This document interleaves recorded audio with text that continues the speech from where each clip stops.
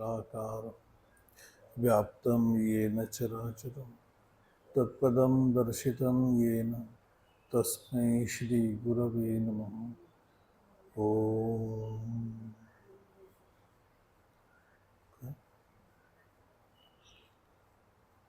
श्री भगवान वाच ते ज्ञान पैका बरवे जरी मनी अति जाणावे तरी संता या वजावे सर्वस्वेस। मागच्या वेळेला या ओवीचा काही भाग आपण बघितला। बरवे म्हणजे उत्कृष्ट प्रकारचं ज्ञान, इतर ज्ञान म्हणजे व्यावहारिक ज्ञान किंवा कुठल्याही इतर शास्त्राचं ज्ञान आणि अध्यात्म ज्ञान याच्यामध्ये फरक हा आहे की केवळ वैचारिक परंपरा नाही आहे, म्हणजे नीट समजून घेतलं, अंडरस्टँडिंग चांगलं झालं, त्याचं ॲप्लिकेशन चांगलं झालं की इतर ज्ञानांचा विषय संपतो। अध्यात्मज्ञान हे विचाराने कळणं हा त्याचा खूप प्रायमरी टप्पा आहे।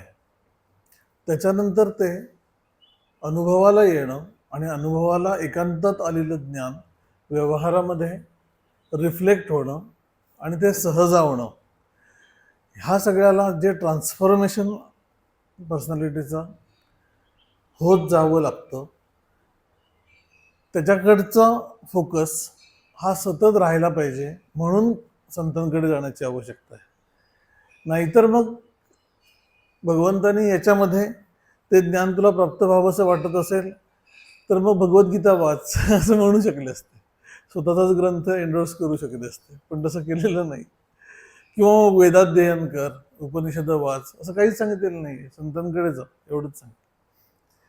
ते ज्ञानपैका बरवे उत्कृष्ट ज्ञान, कारण की इतर ज्ञानांमध्ये त्यातली एक्सपर्टाईज कितीही प्राप्त झाली तरी सुद्धा पूर्णत्वाचा सेन्स येईल असं सांगता नाही येत, कारण व्यक्तिमत्वाचा अपूर्णता ही इतर कुठल्याही प्रकारच्या ज्ञानाने भरली जाऊ शकत नाही। ती अपूर्णता ज्या ज्ञानाने निराश होतो तिचा, कारण स्वतःचं पूर्णत्व अनुभवण्यासाठीचं हे ज्ञान आहे आणि त्यामुळे त्याला उत्कृष्ट ज्ञान असं म्हटलेलं आहे। म्हणून भगवंतांनी पुढे विद्या सांगताना किंवा विभूती सांगताना अध्यात्मविद्या विद्यानाम, सर्व विद्यांमधला मी जो श्रेष्ठ विद्या कुठली आहे, अध्यात्म विद्या, हे माझं स्वरूप आहे, विभूती म्हणून सांगितलेलं आहे।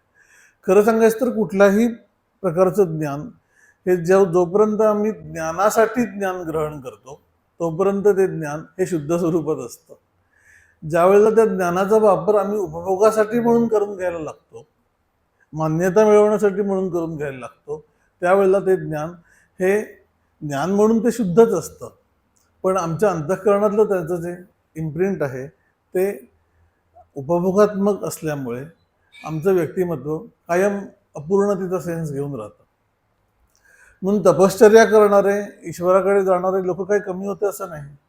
पूर्वापार लोक करत आलेले आहेत, राक्षस लोक पण करत आलेले आहेत, पण त्यांच्यामध्येही त्यांनी कुठल्याही प्रकारचं, अगदी ईश्वराचं दर्शन झालं तरी सुद्धा त्यांना पूर्णता वाटली नाही, त्यांना ऐश्वर्य पाहिजे होतं पुढे। आणि अध्यात्मविद्या किंवा हे आत्मज्ञान हे असं शिकवतं की ह्याच्यानंतर अजून काही मिळवावं असं तुला वाटणार नाही। यम लब्ध्वा चापरम लाभम मन्यते नादिकम तथा, की हे मिळाल्यानंतर स्वतःपाशी राहणं, करून बघितल्यानंतर कळतं की दुसरं काही आता मिळवावं असं वाटत नाही, दुसरं काही वाचावं असं वाटत नाही। इवन अध्यात्म विद्या म्हणजे श्रेष्ठ ग्रंथ अध्यात्मातले सुद्धा थोडा वेळ नंतर वाचू असं वाटतं, म्हणजे आपल्यालाही तसंच वाटतं की नंतर वाचू पण जो आत्मनिष्ठ पुरुष आहे, आत्मरती ज्याला प्राप्त झालेली आहे, त्याला अशा प्रकारे वाचनातून स्वतःचं इन्फॉर्मेशन गोळा करावी असं फार वाटत नाही। म्हणून स्वाध्यायाची आवश्यकता आहे का? जरूर आहे, निश्चितच आहे, पण स्वाध्यायाचा उपयोग कुठपर्यंत आहे की जोपर्यंत आत्मनिष्ठा प्रकट होत नाही तोपर्यंत। ज्या वेळेला स्वरूपानुसंधानच करावं असं अंतःकरण घेतं, पूर्वी स्वामींनी म्हटलं होतं की डोळे मिटल्यानंतर ध्यानाला बसतो, मग ध्यानाला बसल्यानंतर मग काहीतरी श्वास नियमित करा, मग मंत्र घ्या, मग इथे लक्ष केंद्रित करा, हे सगळं वाईप आउट होऊन डोळे मिटल्या सेल्फ त्या सेकंदाला असं ज्या वेळेला व्हायला लागतं त्यावेळेला समजावं की आपल्याला आता जमायला लागलंय. आम्ही सगळ्या त्या विचारांमधून मन आणून आणून आणून इथे हळूहळू प्रयत्न करतोय. हरकत नाही, स्वाध्यायाची आवश्यकता आहे आणि संतांकडे जाण्याची आवश्यकता पण तेवढ्यासाठीच आहे. ते ज्ञानपैका बरवे जरी मनी अति जाणावे, स्वतःमध्ये प्राप्त व्हावं असं वाटत असेल तर संतांना जाऊन बस. म्हणजे गीतेने कुठेही संतांना भजावं असं म्हटलेलं नाहीये. हे ज्ञानेश्वर महाराजांनी एक ॲडिशनल स्टेप सांगितलेली आहे. गीता एवढंच सांगते की तद्विधी प्रणिपातेन परिप्रश्नेन सेवय. प्रणिपात म्हणजे नम्रतापूर्वक जा, विचार प्रश्न समजत नसेल तर, आणि सेवा कर म्हणजे साधना कर. पण ज्ञानेश्वर महाराजांनी प्रॅक्टिकली काय करावं लागतं हे एक ॲडिशनल सांगितलेलं आहे की संतांना भज. कसं भज? सर्वस्वेसी. हे सगळ्यातच कठीण आहे. कसं भज असं म्हटल्यानंतर संतांनी त्यांच्या गुरूंना कसं भजलं हे बघ आधी, हा पहिला भाग आहे. कारण सर्वजणच आत्मस्वरूप आहेत किंवा संत मुळातच काही दिव्य क्वालिटीज घेऊन आलेले आहेत हे जरी असलं तरी त्यांच्या चरित्रामध्ये जो साधना काळ दिसतो त्याच्यामध्ये त्यांनी गुरूंच्या प्राप्तीसाठी म्हणून किती धडपड केलेली आहे. वेगवेगळ्या काळातल्या लोकांनी आणि वेगवेगळ्या प्रकारे ती केलेली आहे. आणि त्याच्यानंतर गुरून प्राप्त झाल्यानंतर त्यांच्या वाक्याच्या पलीकडे न जाणं हा एक मोठा गुण शिष्यांमध्ये जो असायला पाहिजे. मुख्य शिष्याचे लक्षण सद्गुरु वचनी विश्वास पूर्ण. आमचा तो असतो पूर्ण, पण अप्लाय करायला आम्ही चुकतो. ते सांगतात ते बरोबर आहे, आम्हालाही पटत असतं, पण तरी सुद्धा आमचं काहीतरी म्हणणं असतं, ते नंतर करू अशा प्रकारचा आमचा एक व्यक्तिमत्वाचा मधला जो इनर्शिया आहे तो आम्हाला ते समाधान समोर दिसत असलं तरी आम्हाला तिथे पोचू देत नाही, आमचा हात लागू देत नाही. तसं करू नकोस असं त्यांना म्हणायचं. संता या भजावे सर्वस्वेस. सर्वस्व देणं संतांच्या साठी म्हणून, संतांच्यासाठी म्हणून पण नव्हे, ते वाक्य पण फारसं बरोबर नाही. आपल्यासाठीच चाललोय. संतांकडे जातो म्हणजे संतांकडनं बघावं असं वाटतं का, तर आमचं पूर्णत्व आम्ही त्यांच्यामध्ये बघत असतो. असं व्हायला पाहिजे, मला असं व्हायची इच्छा आहे, अशा प्रकारची भूमिका अंतःकरण घेतं. ज्याला पूर्णत्वाची आस लागलेली आहे ते दरवेळेला जाणून घेतं अशातला भाग नाही. म्हणून संतांकडे आलेले सर्व साधक समाज बघितला तर सर्व कॅटेगरीतले लोक दिसतात. जे विनाकारण येणारे पण असतात, त्यांना काही साधना वगैरे करायची नसते, पूर्वापार असे आहेत. नुसतं त्यांना संतांना बघून बरं वाटत असतं. पावसला स्वामींकडे कित्येक लोक वेगवेगळ्या प्रकारे जात असत. तिथला एक मायकेल म्हणून तिथला एक माणूस होता, थोडासा व्यसनी वगैरे असा होता, पण तो स्वामींना भेटायला येत असे. स्वामी पण त्याला ॲड्रेस करत असत. म्हणजे एवढ्या नाजूक प्रकृतीचे होते सौम्य, पण असल्या माणसांना पण ते ॲड्रेस करत होते. बाबा पडळकर म्हणून व्यक्ती होते, सुरेश भावे म्हणून आहेत अजूनही, की जे रत्नागिरी रेडिओ केंद्रामध्ये निवेदन करणारे म्हणून अतिशय प्रसिद्ध व्यक्ती. अजून एक जण होते. हे तिघे जण दर गुरुवारी रत्नागिरीहून पावसला चालत जात आणि ज्याप्रमाणे वारी करतात त्याप्रमाणे पावसचे वारकरी असं स्वतःला म्हणत. काही उद्योग, काही काम नाही, सकाळी उठायचं, रत्नागिरीहून चालत चालत चालत पावसला जायचं, स्वामींना दर्शन घ्यायचं, नमस्कार करायचा, अजून काही पुढे रिच्युअल्स असतील, परत चालत यायचं. हा एक साधनेचा भाग म्हणून स्वीकारलेला होता. हे काही स्वामींनी सांगितलं नव्हतं की अशा प्रकारे या, पण एक ओढ आणि दुसरा म्हणजे स्वतःला घालून घेतलेला नियम. बाबा पडळकर पुढे स्वामींनी देह ठेवल्यानंतर त्यांना आणि स्वतःचंही वय जास्त वाढलं आणि चालत जाणं शक्य नव्हतं. त्यावेळेला त्यांच्या पुतण्याची रिक्षा होती, आहे म्हणजे राजा, तर त्याने जात दर गुरुवारी. मी पण त्यांच्यावर एकदा गेलेलो आहे. काही नाही करत, अतिशय वयस्कर झालेले आणि त्यांचं धड चालताही येत नव्हतं, पण नियम घालून घेतलेला स्वतःला. आता त्याने काय मोठं अचीव होतं, ज्ञानासाठी हे सगळं काही अनावश्यक आहे असं म्हणू नये. आपण असलं काही करू शकत नाही. व आयुष्यभर एक नियम पाळणं की दर गुरुवारी मी तिथे जाईन, ही सोपी गोष्ट नाही आहे. एका साधकाने गुरुदेवांना अशी विनंती केली होती की मी हनुमानाचं मंदिर बांधावं असं मला वाटतंय. ते एका हल्लीच्याच लेखामध्ये स्वामींचाही प्रसंग आलेला आहे. आणि तो मंदिर बांधेन हनुमानाचं म्हटल्यानंतर गुरुदेव म्हटले की नुसतं मंदिर बांधून नाही चालणार, त्या मंदिराच्या सेवेसाठी म्हणून तुमची हाडं खर्ची पडली पाहिजेत, असं जर असेल तर बांधा. त्यामुळे कुठला तरी नियम घेणं एक फॅन्सी वाटत असतं, पण एखादी गोष्ट नित्य पद्धतीने आयुष्यभर करत राहणं ही सोपी गोष्ट नाहीये. सत्वगुणाचा तो एक आविर्भाव आहे आणि संतांना भजणं हे कठीण का आहे, ते तेवढ्याचसाठी आहे. कारण दरवेळेला ते आम्हाला विशेष प्रकारे ॲड्रेस करतील असं नाही. कित्येक वेळेला तर आमच्याकडे ते बघत पण नाहीत आणि ते त्यांच्या त्यांच्या एका आत्मभावामध्ये असतात आणि त्या त्या वेळेला प्रकृती जशी ऍक्ट होईल तसं ते सहज भावात असतात. शिष्यांना असं वाटत असतं की त्यांनी आमच्याकडे बघावं आणि तसं काहीच होत नाही. असं कित्येक वेळेला ज्या वेळेला होतं त्यावेळेला तो अहंकार आमचा एक प्रकारे डोकावत असतो, त्याला आपोआप दैवी शक्तीने फटकारलं जात असतं संतांकडून. म्हणून सर्वस्वेसी भजणं संतांना याचा अर्थ आमचा अहंकार कमी करणं. त्यांच्या मोठेपणात तो साहजिक रीतीनेच होत असतो, त्यांच्या स्मरणाने होत असतो. पण मुख्यतः आम्ही ज्या वेळेला साधना करू त्यावेळेला ती साधना इस्पेशली सेल्फकडे नेणारी साधना ही आपोआपच आमचा अहंकार कमी करते. म्हणून भजावे सर्वस्वेसी याचा अर्थ इतर त्यांचं दर्शन प्राप्त करून घ्या, त्यांच्याकडून जो बोध मिळतो तो समजून घ्या, हे सगळं जरी असलं तरी मुख्यतः त्यांनी सांगितलेली साधना करा.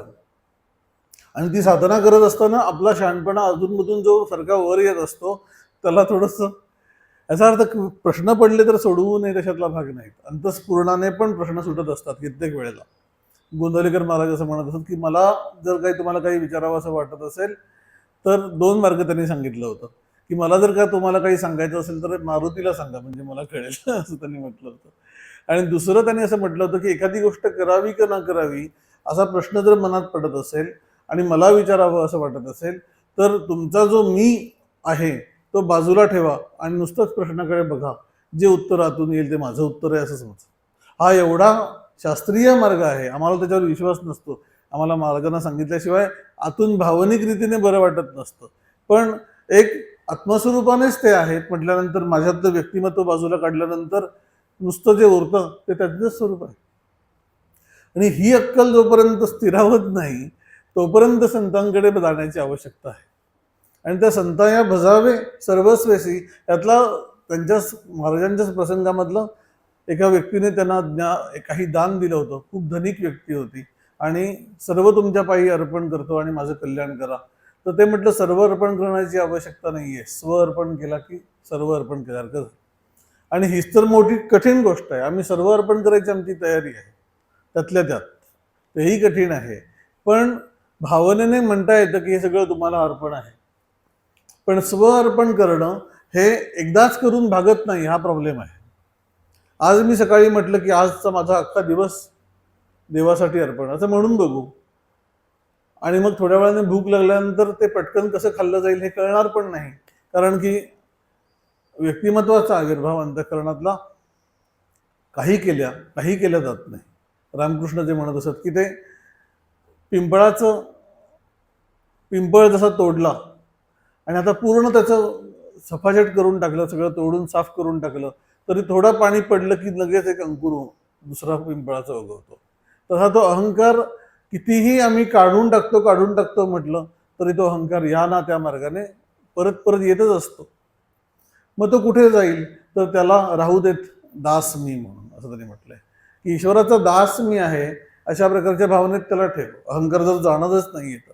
पण मुख्यतः त्या अहंकाराचं स्वरूप समजून घेणं, स्व मी असे काहीही त्याला नावं देऊ, पण त्या नावाचं जे इंडिकेट करतंय माझं अस्तित्व त्याचं मूळ स्वरूप समजून जोपर्यंत जात नाही तोपर्यंत व्यक्तिमत्वाचा लय होऊ शकत नाही. आणि हे करण्यासाठी जी कसोशीचा एफर्ट आहे हा एफर्ट संतांकडे प्रत्यक्ष बघितल्याशिवाय कळू शकत नाही. कारण देहबुद्धी ते आत्मबुद्धी करावी वगैरे मोठी मोठी वाक्य म्हणजे आकाराने छोटी पण अतिशय मोठा सारगर्भ अशी वाक्य ही कळल्यानंतर पण ती कशी करावी आणि ती झालेली व्यक्ती कशी असते ही जोपर्यंत बघायला मिळत नाही तोपर्यंत कळतच नाही की हे नक्की काय. एक थेरॉटिकल सगळ्या गोष्टी राहतात, अगदी मोठ्या मोठ्या विद्वान लोकांच्या पण राहतात. मध्यंतरी एका फार मान्यवर आणि कीर्ती पावलेल्या एका व्यक्तीचं भाषण प्रवचन ऐकत होतो. तर त्यांनी गुरूंची आवश्यकता काय आहे, तर त्यांनी असं सांगितलं की सप्तचक्र जी शरीरामधली असतात त्यांची, त्या सप्तचक्रापैकी जे विशुद्ध किंवा अनाहत चक्र आहे तिथपर्यंत तुम्ही तुमच्या प्रयत्नाने येऊ शकता, मूलाधार चक्रापासून वर वर वर. पण आज्ञाचक्र आणि सहस्रार चक्र हे सगळं इथे जायचं असेल तर ते गुरु नसतील तर करू शकत नाही. सगळ्या भानगडीच्या गोष्टी आहेत या, काही माहिती नाही, काही केलेलं नाही, कुठलं तरी वाचलेलं आहे आणि ते सांगणं चालू आहे. अशा प्रकारच्या भ्रामक समजुती, म्हणजे सांगतात चांगलंच की गुरूंची आवश्यकता आहे, पण हे सगळं काल्पनिकच आहे की माझ्या अनाहत चक्रापर्यंत तुम्ही आलात आणि त्याच्यानंतर आज्ञाचक्रापुढे तुम्ही जाऊ शकत नाही. काय प्रॉब्लेम आहे? असं दिसत नाही, संत कुठेच सांगताना दिसत नाही. म्हणून जे जे वाक्य, जो जो बोध, आमच्या मनात येणारा जी जी कल्पना ही संत एंडोर्स करत नाही ती चुकीची आहे असं समजून टाकायला पाहिजे. कारण की अनुभवातून जो गेलाय तो हे सगळं बोलत नाहीये. त्या चक्रांमधून वगैरे पुढे जाणं वगैरे हे सगळं योगी व्यक्ती कशा पद्धतीने ते करत असेल हे आम्ही काहीतरी इमॅजिन करणं आणि त्याच्यानंतर आम्ही ते अडकून बसलेलं समजणं हा खोडेपणाचाच भाग आहे सगळा. मी स्पष्टच सांगायचं तर सेल्फ इज एव्हर इल्युमिन, कायम आहे स्व. तो संत आल्यामुळे आमच्या आयुष्यात आता स्व निर्माण झाला, अनुग्रह देताना काही स्व आत इन्फ्यूज करत नाहीत संत, त्याच्याकडे जाणारी दृष्टी निर्माण करतात की असं कर मग तुला जमेल, तुझा तूच ते अनुभवू शकशील. म्हणून अशा प्रकारच्या सर्व कल्पना की गुरूंनी डोक्यावर हात ठेवल्यानंतर आमचं कल्याण होईल, मुळीच होणार नाही. आम्ही करून घेऊ तरच होईल, नाहीतर काहीही होणार नाही. हा भाग संतच सांगू शकतो. मध्यंतरी योगेश काळेंनी मला तो प्रसंग मागे पण सांगितला होता, एक त्याचा आणि स्वामींचा झालेला डायलॉग सांगितला होता की एक म्हणाला की तुम्ही स्वतः समोर असता त्यावेळेला तुम्ही जे जे काही सांगता ते तर आहेच भाग, पण आतमध्ये एक डायलॉग चालू राहतो त्याच्यामध्ये तुम्ही गाईड करताय असं माझ्या लक्षात येतं की तुम्ही बोलताय, तुम्ही काही गोष्टी सांगताय, तर हे नक्की काय आहे. तर त्याच्यावर स्वामी असं म्हटलं की तेच खरे सद्गुरू आहेत, तुझ्या आतमध्ये जे बोलतायत ते. बाह्य सद्गुरू हे केवळ निमित्त आहे. आणि त्याच्यावर योगेश मला बोलताना म्हटलं की हे सद्गुरू तेच म्हणून सांगू शकले, दुसरा जण कोणीतरी असेल तर तो स्वतःचं महत्व वाढवेल, मीच तुझ्या पाठीशी आहे वगैरे असलं काहीही बोलले नाही. कारण प्रत्येकाच्या आतमध्ये जो स्वाभाविक रीतीने विवेक आहे ते सद्गुरूंचं स्वरूप आहे असं ज्ञानेश्वर महाराज म्हणतात. ते जाग करून देण्याचं काम करण्यासाठी सद्गुरूंची आवश्यकता आहे. आणि तो होईपर्यंत, पूर्णत्वाने होईपर्यंत कोणाकडे तरी बघून फॉलो करण्याची आवश्यकता आहे. म्हणून संताया बजावे सर्वस्वेसी, जो जाणेल भगवंत तया नाव बोलीचे संत, जो शाश्वत आणि अशाश्वत निवाडा करी, जो जनामध्ये वागे तरी जना वेगळी गोष्टी सांगे. तो चार चौघांसारखाच दिसतो पण बाकीच्या फालतू बडबडी करताना तो दिसत नाही. जया अंतरी ज्ञान जागे तोची सांगतो की व्यवहारात असताना ज्ञान जागो, एकांतात ज्ञान जागं असणं ही एक सुद्धा टप्पाच आहे. व्यवहारात वागत असताना पण ज्ञान जागं ज्याच्या ठिकाणी दिसतं त्याचा अर्थ तुम्हाला ते विचारल्यानंतर कळेलच असं सांगता येत नाही, किंवा दरवेळेला तुम्ही क्वेश्चन करू शकता अशातला भाग नाही. पण व्यक्तिमत्वामध्ये एक प्रकारचा कंटेंटेडनेस दिसणं, ती व्यक्ती विनाकारण आनंदी दिसणं, विनाकारण आनंदी दिसणं, कशावरही तिचा आनंद अवलंबून नाही, मग ती व्यवहारात कुठल्याही पातळीवर असेल. म्हणून सर्व कॅटेगरीतले संत आहेत. शिंपी पण संत आहे, सोनार पण संत आहे, शेतकरी पण संत आहे, कसाई पण संत आहे. कारण त्या बाह्य व्यवहाराचा त्याच्या अंतस्थितीशी काहीही संबंध नाही. अंतःकरण तितकंच निर्लिप्त आहे. स्वामी माधवनाथ जसं म्हणत की संत कसे असतात तर ते चिकूच्या बी सारखे असतात, की जी चिकूची बी पूर्ण त्या घरामध्ये असताना पण निर्लिप्त असते, कोरी निघते बाहेर, धुतल्यासारखी निघते. आणि सामान्य माणूस हे आंब्याच्या कोळीसारखे असतात, कितीही त्याचा रस काढून काढून काढला तरी थोडा शिल्लक उरतो. हे उदाहरण सांगितल्यानंतर पूर्वी एका स्वाध्यायानंतर स्वामी म्हटले की लोक ती आंब्याची कोय चोखून चोखून चोखून खातात आणि तरी सगळा रस काढला त्याचा खरवडून बिरवडून, आणि मग तरी सुद्धा शेवटी जे उरतं ते पाण्यात टाकून त्याचा मँगोला करून पितात. संपत नाही त्याची ओढ. वरती करून दाताळी श्वानपुत्र हा अरे जगळी, असं समर्थांनी फार ठोकून काढलेलं आहे आपल्यासारख्या लोकांना, की सगळा रस संपत नाहीये व्यवहारातला. अध्यात्म पण करतोय, संतांकडे पण जातोय, पण स्वतःचं महत्व तिथेही टाकू शकत नाही. हे पुढे आलेलं आहे. परी तनुमनु जेवे चरणासी लागावे आणि अगर्वता करावे दास्य सकळ. कठीण गोष्ट आहे अगर्वता दास्य करणं. म्हणून संतांच्या जवळ असणाऱ्या व्यक्तींना सगळ्यात मोठा प्रॉब्लेम काय आहे? अहंकाराचा प्रॉब्लेम आहे. कारण का की त्यांच्याबरोबर आम्ही असतो ह्याचं एक प्रिव्हिलेज वाटायला लागतं, की आम्हाला ते कायमच भेटतात, आमच्या घरी ते येतात, आम्ही केलेलं त्यांना आवडतं. हे सगळ्या ज्या गोष्टी आहेत ते प्रतिसाद देत असतात, त्यांना आवडत नाही अशातला भाग नाही, पण त्या सगळ्या गोष्टींमध्ये महत्व वाढवून घेणे स्वतःचं, बाहेर जरी नसलं तरी आतमध्ये एक प्रकारचं रसास्वादन असा शब्द वापरला जातो, की मी कसा स्वामींचा आवडता आहे ह्याचं आतमध्ये एक रसास्वादन चाललेलं असतं. आणि हा अहंकारच पोषण आहे. आणि हे कळायला म्हणून की हे चुकीचं आहे, हे कळायला म्हणून संतांकडे जायची आवश्यकता आहे. नाहीतर मग एवढी पुस्तकं अवेलेबल आहेत, एवढ्या प्रकारचं ज्ञान सगळं मांडलेलं आहे, की पूर्वापार मांडलेलं आहे, पण तरीसुद्धा गुरु शिष्य संबंधांची आवश्यकता ही आहेच. याचं कारण की प्रत्यक्ष जोपर्यंत तुम्ही ते मूर्तिमंत स्वरूप बघत नाही तोपर्यंत आपण त्याला प्राप्त व्हावं अशी प्रेरणा खऱ्या अर्थाने मनात येणार नाही, आली तरी टिकणार नाही. कुठेतरी एक आधार लागतो. फार कमी व्यक्ती अशा असतात की ज्या प्रत्यक्ष देहधारी गुरुला त्यांना आवश्यकता नसते. पण स्वामींनी पूर्वी जसं म्हटलं तसं ज्ञानेश्वर महाराजांना सुद्धा गुरुची आवश्यकता होती. मग आपल्याला आहे असं समजायला काय अडचण? रमण महर्षी नायकाने विचारलं होतं की तुम्ही गुरूंची आवश्यकता प्रतिपादन करता, पण तुमच्या आयुष्यात गुरु दिसत नाही. तर ते म्हटले अरुणाचल म्हणजे तो पर्वत ज्याच्या पायथ्याशी ते येऊन राहिले, तर ते तिथे मी आलो हे एक प्रकारे गुरूंकडे येणंच असा भाव होता. म्हणजे तितका मॅच्युअर भाव की एक अमूर्त गुरूंसाठी म्हणून ते तिथे आले. पण त्यांनी त्यांच्याही चरित्र नीटपणाने वाचलं तर असं लक्षात येतं की अरुणाचल हा शब्द त्यांनी ज्यावेळेला पहिल्यांदा ऐकला आयुष्यात, त्यावेळेला जे मनात त्यांच्या कालवाकालव झाली त्या नुसत्या शब्दाच्या ह्याने, आणि त्याच्यानंतर इथेच आपल्याला जायचंय अशा प्रकारे त्यांनी मनाने घेणं त्या मुलाने, हा जो भाग आहे एक प्रकारे ती गुरूंची ओढच तिथपर्यंत घेऊन आली. प्रत्यक्ष देहधारी गुरुची आवश्यकता नव्हती, कारण की तितकी समज आतून डेव्हलप्ड होती. पण देहधारी गुरूंची आवश्यकता नाकारली नाही त्यांनी पण पुढे. कारण की पूर्णत्व पाहायला जोपर्यंत मिळत नाही तोपर्यंत पूर्णत्वाची आस ही अंतःकरणातली नीटपणे तिला ॲड्रेस होऊ शकत नाही. साधना करेल ती व्यक्ती, वेगवेगळ्या उपासना करेल, नाम घेईल, सर्व गोष्टी करेल, पण तरीसुद्धा काहीतरी एक अपूर्णतेचा सेन्स जो राहतो तो पूर्णत्व पाहिल्याशिवाय जाणं कठीण आहे, दुरापस्त आहे ॲक्च्युली.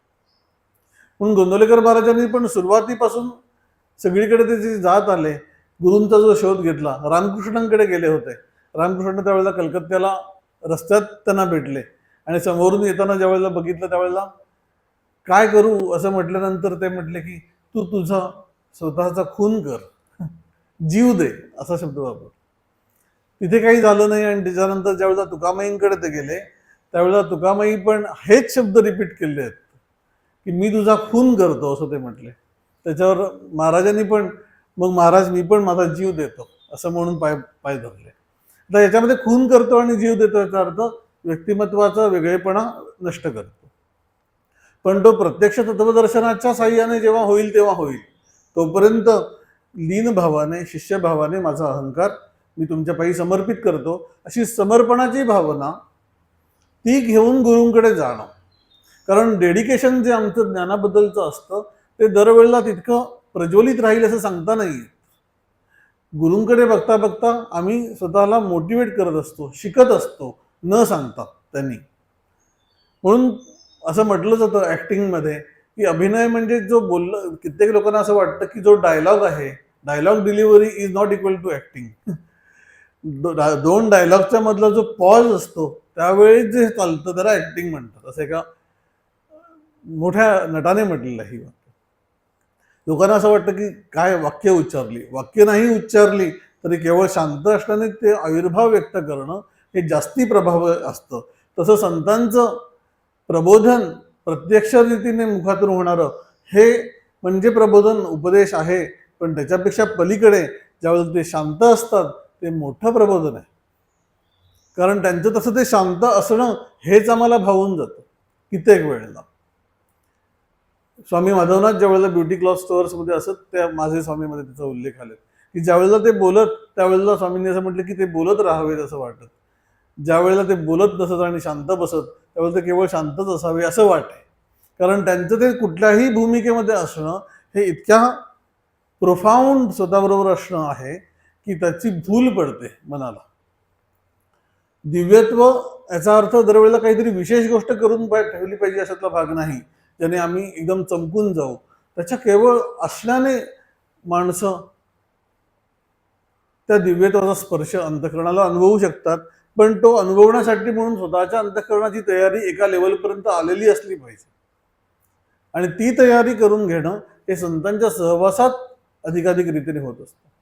ज्यावेळेला रामकृष्णांना भेटायला ती एक थिओसॉफिस्ट बाई आली होती आणि त्यावेळेला रामकृष्ण काहीतरी खात होते, तर त्यावेळेला ती सहज उद्गारली त्यांचं खाणं बघून की जगन्माता जणू ह्यांच्या मानगुटीवर बसलेली आहे. हा माणूस स्वतः खातोय असं वाटत नाही. असं त्या अधिकारी व्यक्तीने, दुसऱ्या साधनारत असणाऱ्या व्यक्तीने, भले दुसऱ्या पंथाची असेल, पण तिला ते महत्व कळत होतं. एक खूप अधिकारी व्यक्ती त्यांच्याकडे आधीच्या काळामध्ये आलेली होती, ज्यावेळेला तेही पूर्णावस्थेमध्येच होते पण थोडेसे लोकाभिमुख होते. त्यावेळेला ते वैष्णव संप्रदायाप्रमाणे संकीर्तन करत नाचत वगैरे असत रामकृष्ण. त्याच्यामध्ये त्यांना बघितल्यानंतर एकूण त्यांची भावावस्था त्या बाईने असं सांगितलं होतं, बाबा आता द्राक्ष पिकलेली आहेत, म्हणजे पूर्णावस्था आहे. ती पिकलेली द्राक्ष अशी ओढ्यावर टाकायची नसतात, ती छान एका सॉफ्ट याच्यामध्ये नीट ठेवायची असतात, तर ती टिकतात, म्हणजे शरीर टिकेल, लोकांच्या कल्याणासाठी टिकेल असं त्यांना म्हणायचं होतं. म्हणून पूर्णत्व हे असं बघता बघता बघता पहिल्या दृष्टीने आम्हाला कदाचित नाही कळणार, पण काहीतरी विशेष आहे हे अंतःकरणाला जरूर जाणवतं. आणि ते कळल्यानंतर त्यांना भजावे याचा अर्थ ती अवस्था आम्हाला प्राप्त व्हावी म्हणून त्यांचं सानिध्य अंतःकरणाला देणं. शरीराला सानिध्य मिळेल प्रारब्धानुसार.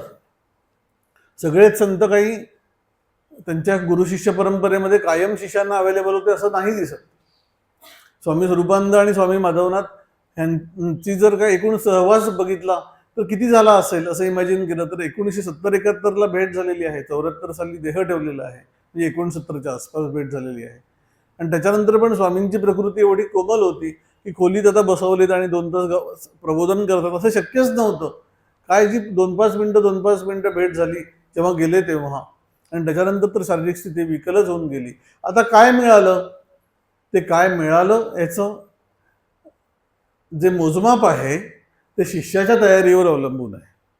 म्हणून खूप काळ तिथे राहिलं म्हणजे मिळालं असं म्हणता येत नाही. रामकृष्णांचं जे वाक्य आहे की कृपेचा वारा सतत वाहतो आहे, तुमच्या जहाजाची शिडं उभारून घ्या, मग तो वारा शिडामध्ये योग्य रीतीने भरेल आणि तुम्हाला जिथे जायचं तिथे पोहोचता येईल. त्याप्रमाणे गुरूंच्या सान्निध्यात असताना किंवा नसताना तुम्ही संतांच्या सहवासामध्ये किती आहात आतमधून. एक डायलॉग तुमचा स्वतःशी एक चाललेला असतो, तसं संतांची पण तुमचा डायलॉग आतमध्ये ठेवता येतो तुम्हाला ऍक्टिव्हली. ते काही कित्येक वेळेला रिस्पॉन्ड नाही करत असं वाटतं, नको करू देत, माझ्या बाजूने मी बोलेन. तुमचं माझ्यावर नसेल प्रेम बसलं तरी माझं बसलेलं असेल तर मी ते आतून व्यक्त करणं आवश्यक आहे. चेहऱ्यावर व्हायला पाहिजे अशातला भाग नाही, डोळ्यांमधून कळतं याचं काय काय एकूण चाललंय गडबडती. पण हे याला कुठल्याही प्रकारचं चमत्काराचा भाव नाही, पण एकूण माणूस कसा वागतो हे त्याच्या डोळ्यांमधून कळतं, वागण्या बोलण्यामधून कळतं, प्रश्नांमधून कळतं की याची गफलत कुठे चाललेली आहे. आणि ते एकदा कळल्यानंतर मग तुम्हाला तुमचं एक आतमधलं सख्य गुरूंबद्दलचं हे व्यक्त करायला कुठलं मोठं स्थान आहे, आतमध्येच आहे. आणि त्याचा उपयोग करून संतांच्या सहवासात राहा. म्हणून संतांसवे वसता योगज्ञानी पैसता गुरुचरण उपासेता वैराग्यसी असा मार्ग सांगितलेला आहे पुढे. त्यातलं संतांसवे वसता याचा अर्थ आतमध्ये संतांच्या बरोबर राहा. समीपता मुक्ती अशी जी म्हटलेली आहे, सलोकता मुक्ती, या सगळ्या ज्या गोष्टी पुढे आलेल्या आहेत ऍक्च्युली, म्हणजे गीतेने फारसा हा भाग मांडलाच नाहीये सुदैवाने. सलोकता, समीपता, स्वरूपता, सायुज्यता वगैरे काही बोललेच नाहीये कुठे. पण सांगायचं हेच आहे की सलोकता मुक्ती म्हणजे त्या लोकांमध्ये राहणं, भगवंत जिथे आहेत. स्वामींनी ते गुरुदेवांचं वाक्य खूप वेळा कोट करत की I am the citizen of God's kingdom. म्हणजे मी देवांच्या लोकामध्ये राहतो आहे. म्हणजे काय राहतो आहे? अंतःकरणाने राहतो आहे. एरवी सगळाच देवाचाच लोक आहे, सगळीकडे देवच भरलेला आहे. पण मी कुठे आहे हे मला कळत असतं. मी जर विषयांमध्ये असेन, मी जर मान्यतेमध्ये असेन, मोठेपणाच्या इच्छेमध्ये असेन, उपभोगाच्या प्रतीक्षेत असेन, तर मी संतांजवळ प्रत्यक्ष असताना पण, शेजारी बसलेला असताना पण, किंवा पायाशी बसलेला असताना पण मनाने दुसरीकडेच असतो. संतांसवे बसता याचा अर्थ अंतःकरण संतांच्या सानिध्यात ठेवणं. मग ते अगदी रिस्पॉन्ड करत नाही असं वाटलं तरी सुद्धा ठेवणं, आणि हळूहळू एक आंतरिक जवळीक निर्माण होत जाते. आणि त्याच्यामध्ये केवळ एकतर्फी संवाद जो चाललेला असतो त्याला एक रिस्पॉन्स आतल्या आत यायला लागतो. त्याला समीपता असं म्हणायला हरकत नाही. म्हणून या सगळ्या टर्मिनॉलॉजीज ज्या आहेत त्या कुठल्या तरी आम्हाला कधीतरी साधना करता करता एक 25 वर्षांनी सलोकता मुक्ती प्राप्त होईल वगैरे असा भाग न ठेवता, मी अंतःकरणाने ज्या ज्या क्षणाला ईश्वराच्या संबंधित आहे, गुरूंच्या संबंधित आहे, संतांच्या संबंधित आहे, त्या सर्व वेळी मी सलोकता या अवस्थेमध्ये जायचा प्रयत्न करतोय असं समजायला हरकत नाही. नाहीतर या सगळ्या टर्मिनॉलॉजीज खूप वेग होतात की ते काहीतरी आहे बाबा, कधीतरी प्राप्त होणार आहे. कशाला कधीतरी प्राप्त होणार आहे? आत्ताच होईल. ज्या ज्या वेळेला मी सेल्फवर राहीन त्या त्या वेळेला मी सायुज्य मुक्तीसाठी प्रयत्न करतोय असाचा अर्थ होतो. खरं सांगायचं तर दरवेळेला असं म्हणायची कारण नाही. कारण एकदा का आम्ही आमच्या अवस्थेला नावं द्यायला लागलो की सारखं एक अनालिसिस सुरू होतं. मग आमची आत्ता अवस्था कुठली, ह्यांची अवस्था कुठली, काय करायचं आपल्याला? हे खूप सुंदर मी तो सांगून मी हा भाग संपवतो. किशोरीताई आमोणकरांनी हे सांगितलं होतं की त्यांच्या आईकडे त्या गाणं शिकत असत, मोगूबाई कुर्डीकरांकडे. आणि लहानपणी ज्या वेळेला आई तालीम देत असत त्या मोगूबाई त्यांना, त्यावेळेला सगळे स्वर सांगितल्यानंतर आता रिपीट कर, रियाज कर असं सांगितल्यानंतर त्या म्हणाल्या, आम्ही आईला विचारायचो की आई हा राग कुठला आहे, रागाचं नाव काय? तर त्याच्यावरती चिडून जायची आणि ती म्हणायची तुला रागाच्या नावाशी काय करायचं? तो राग म्हणजे जो भाव आहे तेवढं मी सांगितलं एवढं कर, नाव माहिती असायची गरज नाही. हे खूप महत्वाचं आहे की आम्ही कुठल्या अवस्थेत आहोत, गुरूंची कुठली अवस्था आहे, असं सगळं सारखं सगळ्यांना नावं ठेवणं, त्या नावं ठेवण्याने काहीही साधत नाही. तुम्ही त्या अवस्थेत असाल तर त्याचं नाव नाही कळलं तरी चालेल. म्हणून रमण महर्षींना ज्या वेळेला सर्व पूर्णत्व अनुभवलं आणि त्याच्यानंतर काही साधक मंडळी त्यांच्या आजूबाजूला जमायला लागली, ती साधक मंडळी काही ना काही ग्रंथ वाचन करत, उपनिषद वाचत, मोठ्याने पठण करत, आणि ते पठण ज्यावेळेला रमण महर्षी ऐकत होते त्यावेळेला त्यांना लक्षात आलं की या ग्रंथांमध्ये जे वर्णन चाललंय ते माझं चाललंय. आणि मग त्यांनी कुतूहलापोटी ते वाचायला घेतलं सगळं. तर त्यांना ज्या लोकांनी भगवान म्हणायला सुरुवात केली त्यांनी असं पुढे म्हटलंय की आपण महात्मा आहोत हे माहीत नसलेला हा महात्मा आहे. म्हणून कुठल्या गोष्टीला नावं ठेवणं, आणि त्याच्यानंतर नावं ठेवणं म्हणजे वाईट अर्थाने नव्हे, पण दरवेळेला त्या सगळ्या गोष्टींची नावं कळली म्हणजे आम्हाला ज्ञान झालं, हा खुळेपणाचा भाग आहे. आम्हाला त्या अवस्थेमध्ये मुरून जाता येणं, स्वतःचं व्यक्तिमत्व बाजूला टाकून काही नाही, केवळ ईश्वराच्या पायाशी मी आहे अशा भावात, संतांबरोबर मी आहे अशा भावामध्ये रंगून जड, ही प्रायमरी अवस्था आहे मन शांत करण्याची, मन हळूहळू ईश्वराचरणी आणण्याची. पण ती अवस्था पण महत्वाची आहे. स्वरूपानुसंधान ही मध्यवर्ती प्रोसेस आहे. हे जरी असलं तरी अंतःकरण त्याला टप्प्याटप्प्याने एलिजिबल होत जातं, आणि त्यातलं जे भावसौंदर्य आहे ते वगळून स्वरूपानुसंधान केलं पाहिजे अशातला भाग नाही.